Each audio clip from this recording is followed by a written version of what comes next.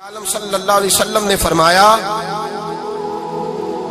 صدقہ دینے سے مال کم نہیں ہوتا۔ صدقہ دینے سے مال جی کیا کرنے سے؟ یہ وعدہ ہے نبی پاک کا، صدقہ دینے سے پیسے۔ اچھا بتائے نا جی، مجھے 1000 میں سے 500 دے دیا تو باقی کتنے رہ گئے؟ تو حضور فرما رہے ہیں کم نہیں ہوتے۔ 1000 دے دیا تو باقی کتنا بچا؟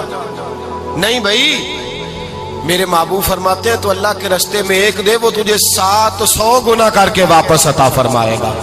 نبی پاک نے فرمایا صدقہ دینے سے مال کم نہیں ہوتا، اور فرمایا معذرت کرنے سے عزت میں کمی نہیں آتی۔ معذرت کرنے سے عزت میں کمی، اللہ اکبر، معذرت کرنے سے عزت میں کمی۔ اور حد کر دی میرے حبیب نے، فرمایا تو رب کی رضا کے لیے عاجزی کر، تیرے نبی کا وعدہ ہے اللہ تجھے عزت عطا فرما دے گا۔ تو جھک جا اللہ کی رضا، عاجزی اختیار کر، سادگی اختیار کر، سادگی عاجزی کر، تجھے اللہ دو باتیں اس میں ارشاد، ایک معذرت کر غلطی ہو جائے، اور دوسرا پہلے عاجزی کی بات سنے۔ حضرت عمر بن عبدالعزیز بادشاہ تھے، سوئے ہوئے تھے، غلام بھی پاس آرام کر رہا تھا، مہمان بھی آئے تھے۔ غلام کی ڈیوٹی تھی ہر وقت حضرت کے پاس رہنا۔ اب سوئے ہوئے ہیں، دیر ہو گئی، غلام بیچارہ تھوڑا تھوڑا اونگ آتے آتے سو گیا۔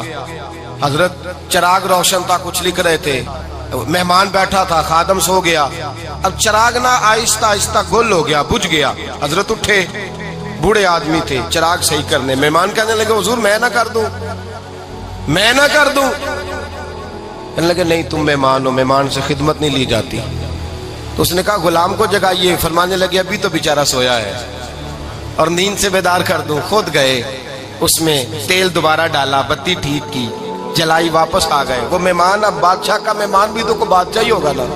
کہنے لگا حضور آپ اپنے کام خود کرتے ہیں؟ کیا لفظ ہے، کیا حسن ہے، اور دو جملوں میں کیا تاثیر ہے۔ آپ فرمانے لگے ہاں میں اپنے کام خود کرتا ہوں، جب میں گیا تھا تب بھی عمر بن عبدالعزیز ہی تھا، اور جب چراغ صحیح کر کے واپس آیا ہوں تو پھر بھی عمر بن عبدالعزیز ہی ہوں۔ میرے اندر کوئی تبدیلی آئی؟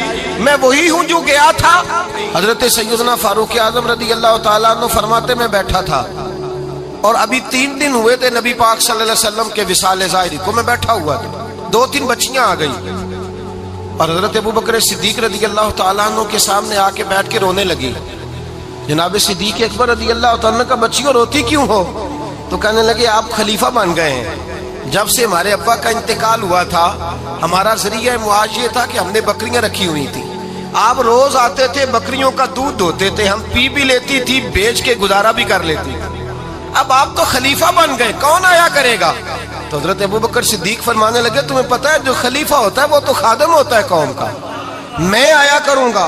حضرت ابوبکر صدیق روزانہ اٹھتے عصر کے بعد اور جاتے، خلیفہ ہونے کے باوجود ان بچیوں کی بکریوں کو پکڑتے، دودھ دھوتے، ان کے گھر میں دے کے آتے۔ حضرت فاروق اعظم جب بھی دیکھتے تو کہتے ابوبکر تو پیچھے آنے والوں کے لیے رستہ بڑا مشکل کر رہا ہے، بڑا مشکل کر رہا ہے، جگر راہ وفا میں نقش ایسے چھوڑ آیا ہوں، میں جس منزل سے گزرا ہوں وہ اب تک یاد کرتی ہے۔ حضرت سلمان فارسی رضی اللہ تعالیٰ عنہ صوبے کے گورنر تھے، سادہ سا لباس پہن کر، سادہ سا، بس اسٹاپ پہ کھڑے تھے، جہاں سے لوگ اندر داخل ہوتے تھے، جہاں سواریاں باندھی جاتی تھی، آج ہم اپنے زبان میں اسے بس اسٹاپ کہتے، باہر کھڑے تھے۔ کوئی مہمان آ گیا کسی کا، اس نے دیکھا سادے سے کپڑے ہیں، خستہ سی حالی ہے، اس نے سمجھا کوئی کلی ہے، شاید معاذ اللہ کوئی ملازم ہے۔ کہنے لگا خادم ادھر آؤ، ادھر آؤ۔ آپ قریب گئے، کہنے لگے میرا سامان اٹھاؤ۔ امام غزالی فرماتے ہیں جب تو علم پڑھنے بیٹھتا ہے تو یہ بھی خیال کرنا تیرے اندر تکبر کا بوٹا نہ لگ جائے، عاجزی اختیار کرنا، عاجزی۔ سر پہ رکھا ہوا ہے سامان، حضرت سلمان فارسی نے، گورنر صاحب نے، اس آدمی کا، مہمان کا سر پہ سامان رکھا اور جا رہے، سنو اور غور کرو۔ جب جا رہے تھے جو آدمی بھی ملتا گورنر صاحب ہمیں دے دے، مہمان پریشان ہو گئے، کہنے لگے حضور آپ گورنر ہے؟ فرمانے لگے نہیں، یہ تو میرا دنیا داری کا نام ہے جو ان لوگوں نے رکھا ہوا ہے، اصل میرا نام وہی ہے جو تو نے لے کے پکارا ہے، اصل نام وہی ہے۔ تو نے کہا غلام ادھر آ۔ آپ فرمانے لگے پہلے میں ایک یہودی کا غلام تھا، پھر رب تعالیٰ نے فضل کیا تو میں محمد عربی کا غلام ہو گیا۔